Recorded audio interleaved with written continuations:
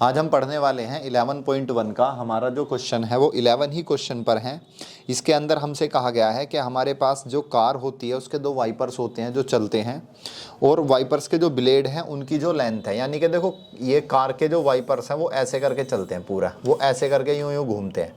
तो जब वो इस तरह से ऐसे करके घूमेंगे तो पूरा एक सर्कल बनाएंगे, लेकिन वो सर्कल तो बनाते नहीं है, बस कुछ एरिया में ही घूम पाते हैं। सपोज करो वो यहाँ से यहाँ घूम पाते हैं, तो इस वाले हिस्से का आपसे एरिया पूछा है, तो मुझे पहले यहाँ तक का एंगल पता होना चाहिए और इसकी लंबाई कितनी है, वाइपर की लंबाई कितनी है। अब वाइपर की लंबाई यानी रेडियस पता लग गई मुझे। अब वाइपर की जो लंबाई मुझे दे रखी है वो दे रखी है इसके अंदर 25 सेंटीमीटर। कितनी है? 25 सेंटीमीटर। तो मेरी वो आर का काम करेगी जो मुझे 25 सेंटीमीटर गिवन है। अब उसके बाद जो है इसके अंदर मुझे एंगल दे रखा है, यानी कि जो कार के वाइपर हैं वो ऐसे ऐसे इतनी जगह में वो मूव करते रहेंगे, और ये एंगल जो बना रहे हैं वो 115 डिग्री का बना रहे हैं, और इसकी जो लंबाई है वो कितनी है, 25 सेंटीमीटर है। ठीक है। अब एंगल कितना हो गया मेरा, थीटा इक्वल टू कितना हो गया, 115। अब ये क्या है मेरा, ये सेक्टर का एरिया है, ये है मेरा त्रिज्याखंड का एरिया है। किसका है? त्रिज्याखंड का। तो एरिया ऑफ सेक्टर, मुझे इस सेक्टर का एरिया निकालना है। टोटल एरिया कितना वो करेंगे,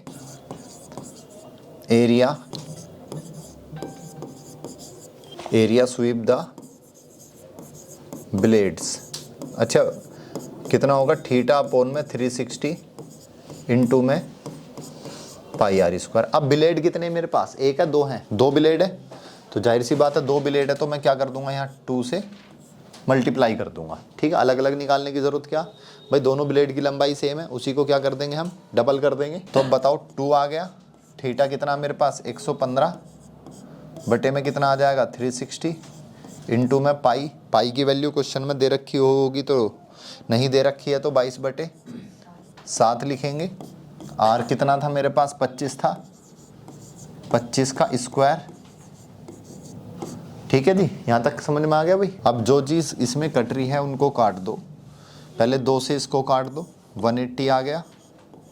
ठीक है, और क्या क्या क्या कट सकता है इसके अंदर, पहले 2 से इसको काट दो 11, ये कितना बचा 90 बचा। और भी अगर इसे हम काटना चाहें तो 5 से काट सकते हैं, 5 से कट गया 25, और ये कितनी बार कट गया, 18 टाइम्स कट गया। अब जो ऊपर मेरे पास बचा है इनकी मैं मल्टीप्लाई कर लूँगा। 115 की 11 से करेंगे, 5 की 25 से कर लो, तो कुल मिला के मेरे पास जो आएगा, अगर मैं 115 की बताओ 11 से करता हूँ तो कितना आएगा, ये आ जाएगा 5 6 2 1265 आ जाएगा। कितना आएगा, 115 की 11 से मल्टीप्लाई करूँगा तो मेरे पास आया 1265। अब मेरे पास क्या बचा है, 5 और 25 की करूँगा तो कितना आएगा 125, और डिवाइड में कितना है मेरे पास 18 और 7, 18 इंटू 7, 18 की 7 से करेंगे तो कितना आएगा 126 आ जाएगा। कितना आ जाएगा 126। अब 1265 की किससे कर लेंगे हम, 125 से। तो 1265 की जब मैं मल्टीप्लाई करूँगा किससे, 125 से, तो मेरे पास क्या आएगा, 5 पंजे 25 को 5 का हासिल 2, 32 5 छंग 30, 2 32 3, 5 दूनी 10, 3 13, 1 5 एकम 5 और 1 6, 2 पंजे 10, 2 छिक्का 12 और 1 13, 2 दूनी 4 और 1 5, 2 एकम 2, 5 6 2 1, ऐड करेंगे 5 और ये 2 आ गया, 5 और 3 8, 8 और 3 11, 11 को 1, 6 और 6 12, 5 17 18, 2 और 2 4 और 1 5, तो कुल मिला के इसकी मल्टीप्लाई करके आया 158,125। 18 की 7 से करेंगे तो कितना आएगा 126। ये आ गया हमारे पास आंसर सेंटीमीटर स्क्वायर। ठीक है, और भी करना चाहो तो इसको पूरा एग्जैक्टली डिवाइड भी कर सकते हो, लेकिन आप इसको इतना भी छोड़ सकते हो, उससे कोई फर्क आपका पड़ने वाला नहीं है। एनसीईआरटी में हालांकि आपका यही दे रखा है। अब देखते हैं हम, क्वेश्चन नंबर है हमारे पास 12। क्वेश्चन नंबर 12 के अंदर है, to warn ships for under water rocks a light house spread a red coloured light over a sector of angle 80 degree at a distance of 16.5 kilometre. आपके पास पानी में कोई जहाज जा रहा है, अब कोई जहाज जा रहा है तो वो क्या है, इस तरह से वो लाइट उसके अंदर से निकलती है, एक लाइट हाउस लगा हुआ है, रेड कलर की लाइट निकलती है इस तरह से। भैया इस तरह से लाइट निकलेगी, आगे वो फैलती जाएगी वो। अब ये लाइट जो जाती है वो इसलिए कि जिससे आगे कोई मतलब पत्थर वगैरह ना हो नीचे समुद्र में। अब क्या है, ये कितनी दूर तक जाती है, ये लाइट ऐसे जाएगी, ठीक है, ऐसे करके यहाँ पर क्या बन जाएगा, सेक्टर टाइप बन जाएगा। इन्होंने कहा ये एंगल कितना है, 80 डिग्री है। कितना एंगल है ये, 80 डिग्री है। और ये कितनी दूर तक जाती है, 16.5 किलोमीटर, 16.5 किलोमीटर तक ये जाती है। तो ये मेरी रेडियस बन गई, इसका मुझे एरिया निकालना है। तो कुल मिला के आर कितना हो गया मेरा, 16.5 किलोमीटर, और थीटा कितना हो गया बताओ, 80 डिग्री। अब मुझे क्या निकालना है, इसका एरिया निकालना है। ठीक है, तो इसमें एरिया बताना है कि कितनी दूर तक हम जो है शिप को वॉर्न कर सकते हैं। ठीक है, तो पूरा एरिया निकालना है, एरिया ऑफ सेक्टर लगा देंगे, वही फॉर्मूला जो अभी लगाया था हमने। तो area at which ships are warned, ठीक है, तो वो कितना होगा, इक्वल टू थीटा अपॉन में 360 इंटू में पाई आर स्क्वायर। तो यहाँ पर इसकी वैल्यू पुट करेंगे, थीटा कितना है 80, 360, पाई की वैल्यू कितनी है 3.14, आर कितना है मेरे पास 16.5 इंटू में 16.5, 0 से 0 कैंसिल, 4 से 2 टाइम्स और ये 9 टाइम्स कैंसिल। अब मेरे पास बचेगा कितना, 2 इंटू में 3.14 इंटू में 16.5 इंटू में 16.5 और डिवाइड में 9 है। इसको मैं 3 से काट सकता हूँ, 3 3 9 और 3 से ये भी कट गया, कितना आ गया 5.5। इस वाले 3 से ये भी कट गया, कितना आ गया 5.5।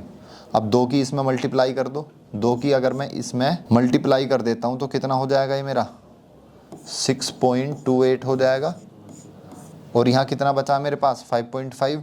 अच्छा, इसका अगर मैं डेसिमल हटा दूँ तो मेरे पास कितना हो जाएगा 55 अपॉन में 10 इंटू में 55 अपॉन में 10। चलो काट लो इसको, ठीक है, इसको भी काट दो। तो फिर इसकी 2 की हमने मल्टीप्लाई क्यों करी, काट ही देते, चलो कोई बात नहीं, अब फिर काट दो 3.14, फिर इसको 2 से भी काट दो 1.57। तो कुल मिला के हमारे पास क्या आ गया 1.57 इंटू में 11 की मल्टीप्लाई करेंगे तो 121, और नीचे डिवाइड में नहीं बचा कुछ भी। अब इन दोनों की मल्टीप्लाई कर दो, तो 121 की 157 से मल्टीप्लाई कर दो तो हमारे पास आएगा 751 इंटू में 2 सत्ते 14, 2 पंजे 10 और 1 11, 2 एकम 2 और 1 3, 751, 7 5 4 9 7 और 2 9 3 5 8। ये आ गया हमारे पास, आंसर आ गया 189.97। डेसिमल 2 नंबर के बाद डेसिमल लगा दें क्योंकि 2 नंबर के बाद ही हमारा डेसिमल यहाँ था। ठीक है, और एरिया किस में, किलोमीटर में, तो आंसर किस में आ जाएगा हमारा किलोमीटर स्क्वायर में।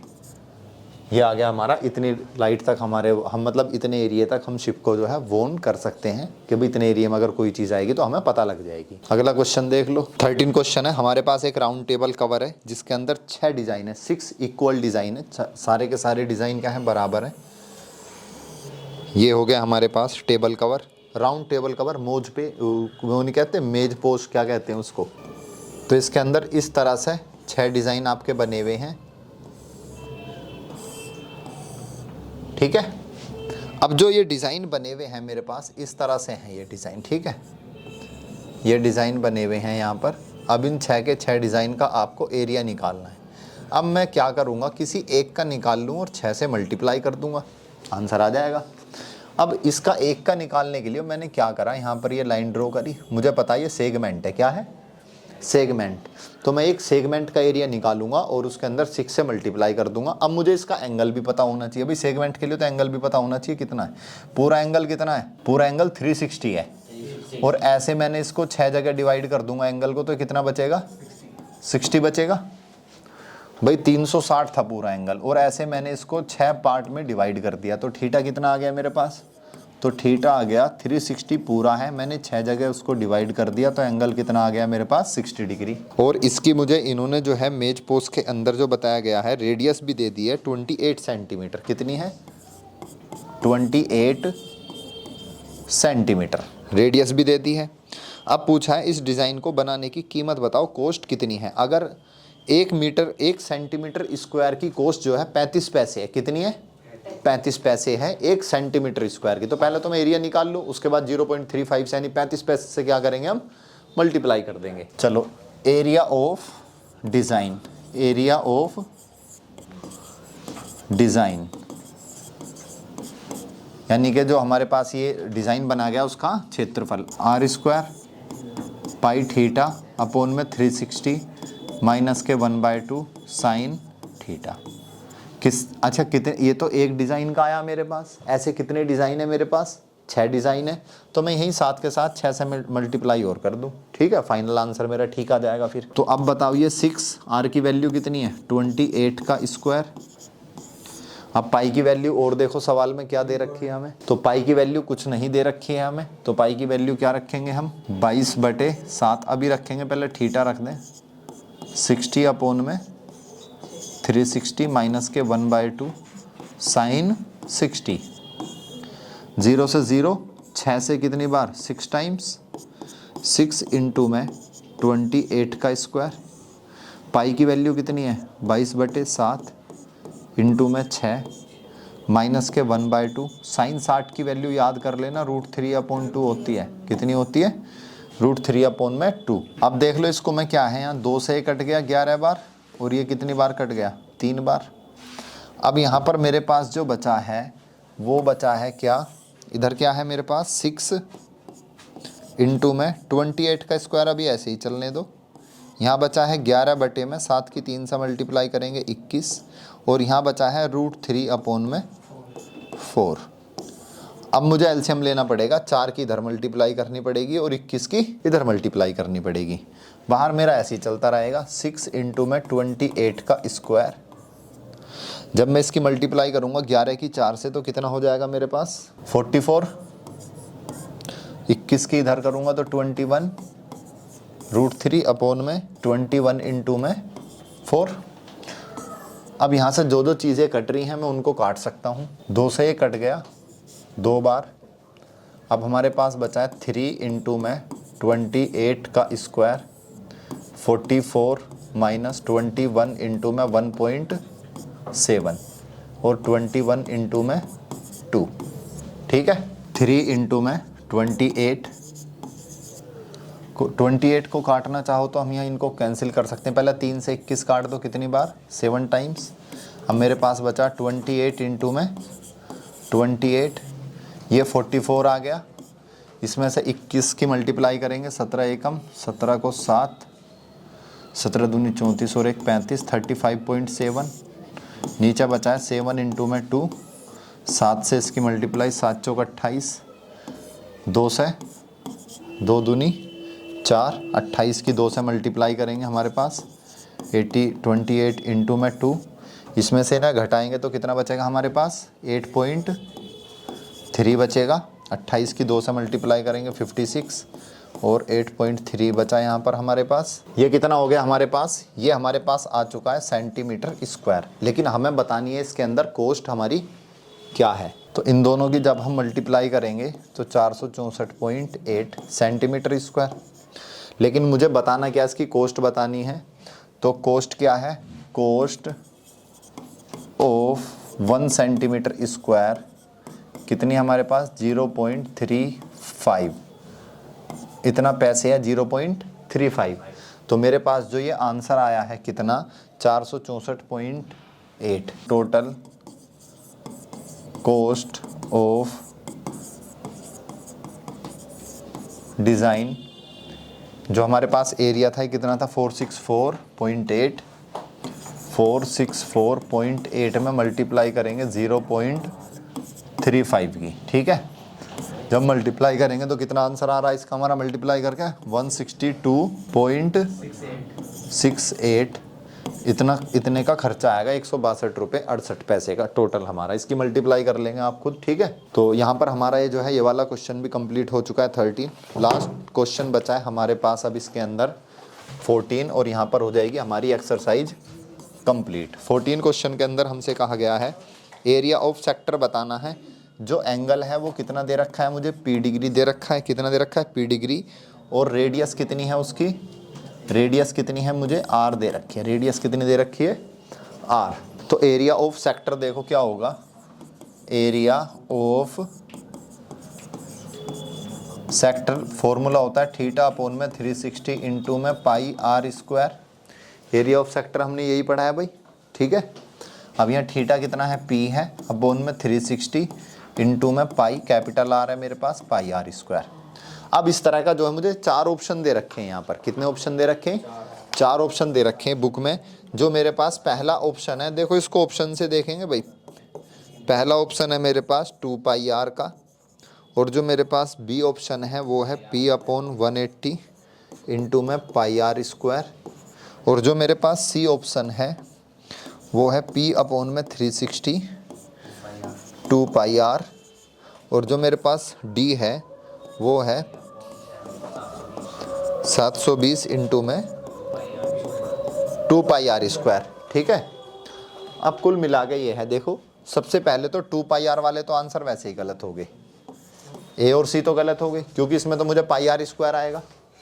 तो या तो ये वाला होगा, ये वाला। पी अपॉन 180 तो हो ही नहीं सकता, पी अपॉन 360 होता तो ये भी गलत हो गया। अब इसको चेक कर लो, अगर इस वाले ऑप्शन को मैं 2 से काट दूं तो 360 आ जाएगा, नहीं आ जाएगा? तो मेरे पास ऑप्शन कौन सा ठीक हो गया, डी वाला। यानी कि इन्होंने करा क्या, इसमें ऊपर नीचे 2 से मल्टीप्लाई कर दिया, बस क्या कर दिया।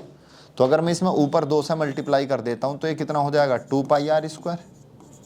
जब ऊपर करूंगा तो नीचे 360 का डबल करूंगा तो 720। तो आंसर कौन सा हो जाएगा यहाँ पर मेरा, डी आंसर, ठीक है। तो यहाँ पर जो है ये एक्सरसाइज हमारी पूरी की पूरी कंप्लीट हो चुकी है, चैप्टर भी हमारा पूरा कंप्लीट हो चुका है। और अगर आपने इससे पहले की वीडियोस नहीं देखी हैं, इससे पहले की वीडियोस के सभी लिंक आपको नीचे डिस्क्रिप्शन में मिल जाएंगे। इसके अलावा हमने चैप्टर 10 भी पढ़ा था, चैप्टर 9 भी पढ़ा है, उनके वीडियोस आप जा करके देख सकते हो प्ले लिस्ट में।